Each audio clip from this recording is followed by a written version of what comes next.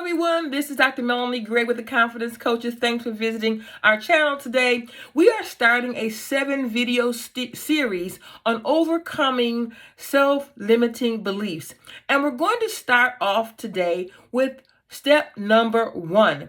You first must acknowledge that you are being negatively impacted by self-limiting beliefs. That means that you are continually or often saying to yourself, you're not good enough, you don't compare to someone at work, you don't like how you look, you're scrolling around on Facebook, you're comparing your life to the pictures and the activities that you see on Instagram, TikTok, and Facebook.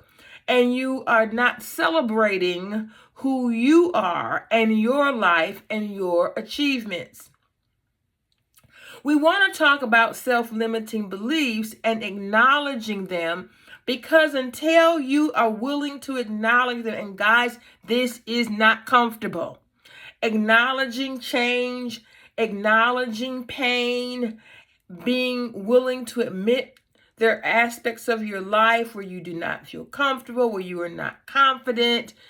You have to acknowledge your truth in order to change your truth and your life. And likely you didn't just start feeling this way yesterday. This has likely been a pattern that you've had in your life for some time.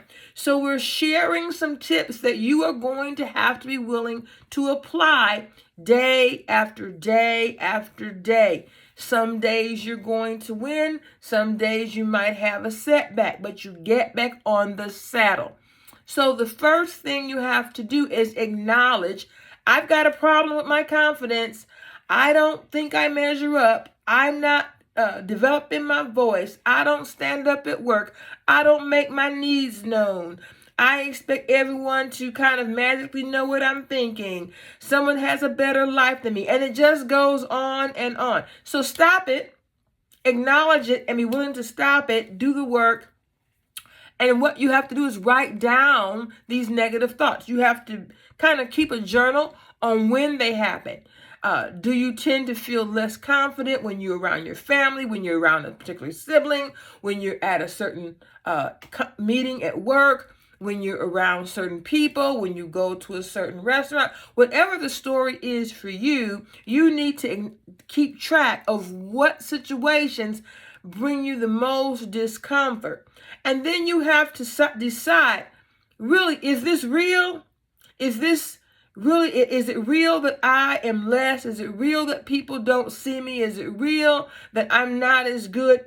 And you have to make a choice to say, but even if it is, I'm going to accept where I am, and I'm going to put the work into me. You have got to be willing to make yourself first in this, make yourself first in your choice to invest in yourself.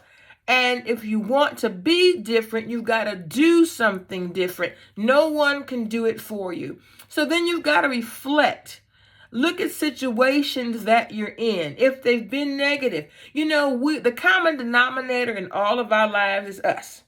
We are the ones that show up, at work, at school, with friends. And so sometimes we have to own that we are doing some things that create negative responses, that don't cause people to be attracted to us, that cause us to inappropriately or unrealistically think negative about ourselves.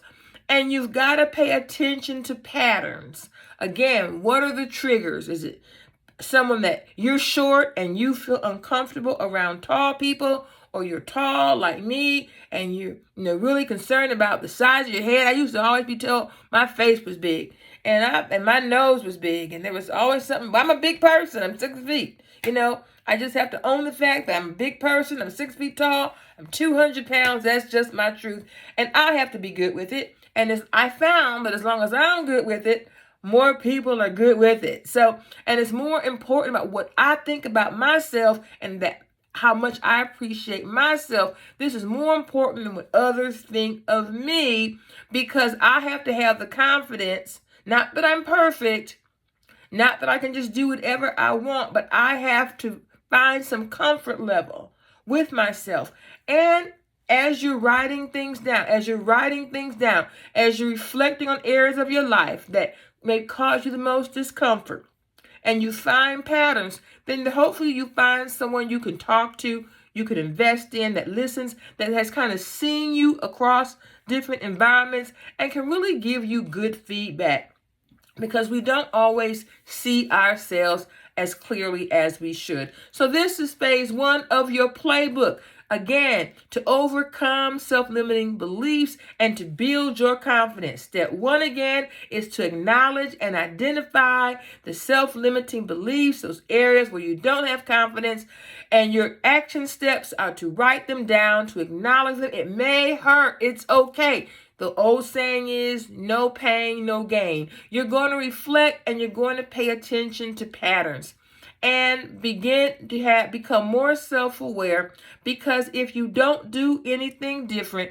you're just going to repeat the same cycle over and over, and that is not what you want to do. If we've shared something that's been helpful to you today, please subscribe to our channel. Please leave a comment and like us. Make it a blessed day, and know that today is the first day of your new beginning. Make it a great day.